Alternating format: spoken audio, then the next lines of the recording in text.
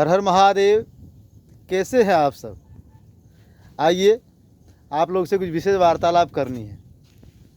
आज का विषय तो नारियों को समर्पित है, लेकिन इसे सभी सुने और सबके लिए कुछ न कुछ इसमें है और वास्तविक बात बता रहा हूँ। ये कोई धर्मशास्त्र से जुड़ा हुआ आप लोग को बांधने के लिए जंजीर से मैं नहीं आया हूँ।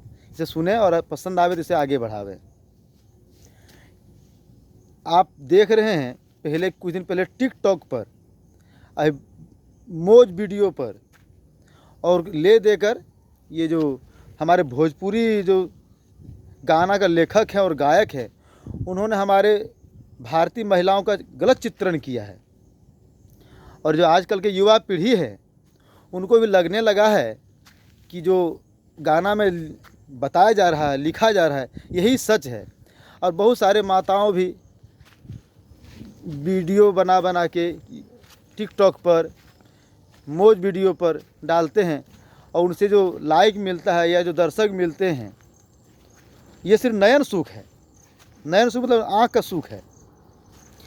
इससे आपको कुछ होने वाला नहीं है और कुछ प्राप्त नहीं होगा।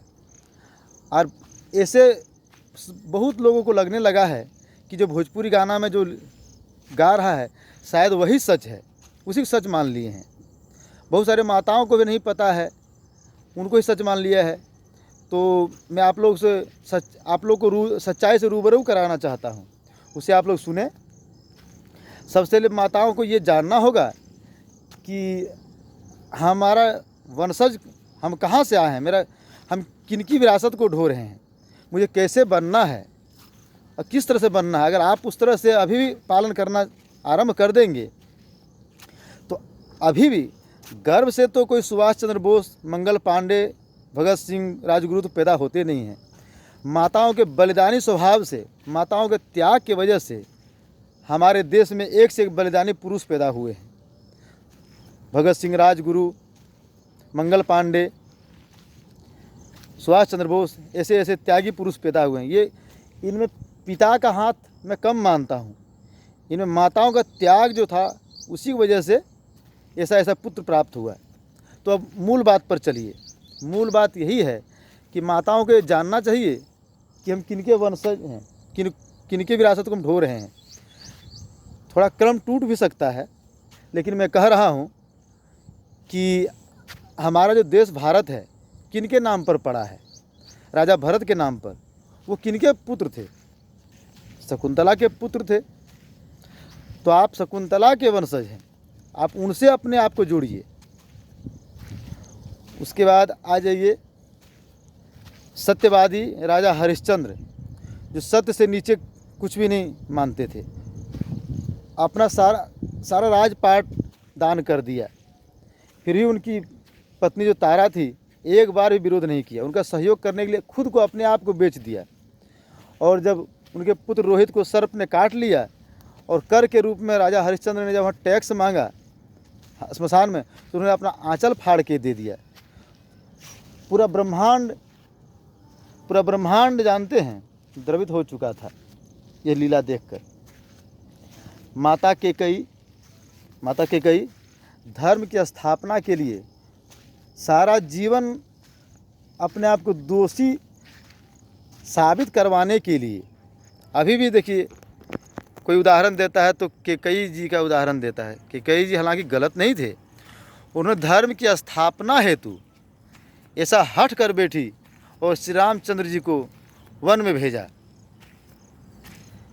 माता सीता को ले लीजिए, राजा जनक की पुत्री और चक्रवर्ती राजा दशरथ की बहू और अति बलशाली, अति पराक्रमी श्री रामचंद्र जी की पत्नी, फिर भी उन्होंने भगवान का साथ देने हेतु 14 वर्ष, उतना सुकुमारी होते हुए 14 वर्ष उन्होंने वन में गुजारी।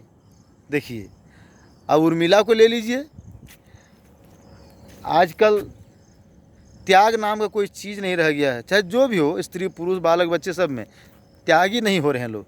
अब माँ उर्मिला को देखिए, अभी अपना पति से भरपूर प्रेम भी नहीं किए थे, कुछ समय बिताए भी नहीं थे। और लक्ष्मण जी को उन्होंने 14 वर्ष के लिए हंस के विदा किया कि आप जाइए, भाई के साथ जाइए। बताइए, अब देखिए उनके भी वंशज हैं, आप उनसे सीख लीजिए। ये जो छोटे मोटे जो कलाकार हैं, ये क्या कह रहे हैं, क्या गा रहे हैं, इनसे अपने आप मत जोड़िए। अब विद्योत्तमा देखिए, विद्योत्तमा को लीजिए, जो अपने कालिदास तो निपट मूर्ख थे, उनको फटकार लगाया तो कालिदास जी विश्व कवि बन गए। गौतम बुद्ध को देखिए, गौतम को बुद्ध बनाने वाला कौन है? यशोधरा है। अब राम बोला थे, उनकी पत्नी रत्ना ने फटकार लगाई तो राम बोला से गोस्वामी तुलसीदास जी हो गए, उन्हें श्री रामचरितमानस का रचना कर डाली। अब बताइए, आप उनके वंशज हैं और अपने आप को कहाँ से जोड़ रहे हैं? आप इनको, आप सिर्फ एक वस्तु नहीं हैं, आप पूजनीय हैं। माता काली को देखिए, जब रक्त बीज ने परेशान कर डाला पूरे ब्रह्मांड को, तो रक्त को चाटने के लिए काली का रूप धारण कर लिया। अब देखिए लक्ष्मीबाई, झांसी की रानी लक्ष्मीबाई कितनी सुकुमारी थी, कितनी सुंदर थी, लेकिन अपने राज्य की रक्षा हेतु अपने दत्तक पुत्र को पीठ में बांधकर फिरंगियों से 2-2 हाथ करने उतर गए और अपने आप को बलिदान कर दिया। आप वहाँ से अपने आप को जोड़िए। जोधाबाई देखिए, अपना प्रतिष्ठा बचाने के लिए, ताकि हमारा आंचल को, गंदा हाथ से मुगल हमारे आंचल को न छू सके, हमारा प्रतिष्ठा भंग न कर सके, अपने आप को जोहर कर डाला। हजारों नारियां उस आग में कूद पड़ी। अब बताइए, आप उनके वंशज हैं, उनके विरासत को आप ढो रहे हैं। तो और बहुत सारे हैं, पूरा ब्रह्मांड के रचयिता मधुसूदन, राधा उनको अपने उंगली पर नचाई है। अब बताइए, अगर ऐसा प्रेम हो तो भगवान भी नाचने लगते हैं। कहने का आशय है, और कई छूट चुके हैं, बीच में याद आ रहा है लेकिन छूट चुके हैं। तो कहने का आशय यही है कि जितनी माताएं देख रहे हैं या बाद में देखें, आप अपने आप को वहाँ से जोड़िए। हमारा वंश, हम किनके वंशज हैं, हम किनके विरासत को ढो रहे हैं, हमको कैसा व्यवहार करना चाहिए, इस पर ध्यान दीजिए। तब मैं अभी भी कहता हूँ कि हमारे भारत में अभी सुभाष चंद्र बोस, राजगुरु, मंगल पांडे, अब्दुल हमीद इत्यादि अभी वीर बालक पैदा हो सकते हैं। यह आप लोग से कहना था। हर हर महादेव। जिनको अच्छा लगे उन्हें आगे बढ़ावें, और जिनको अच्छा ना लगे कि सिर्फ भाषण दे रहे हैं, वो गाली दे के चुपचाप हो जाएं। हर हर महादेव।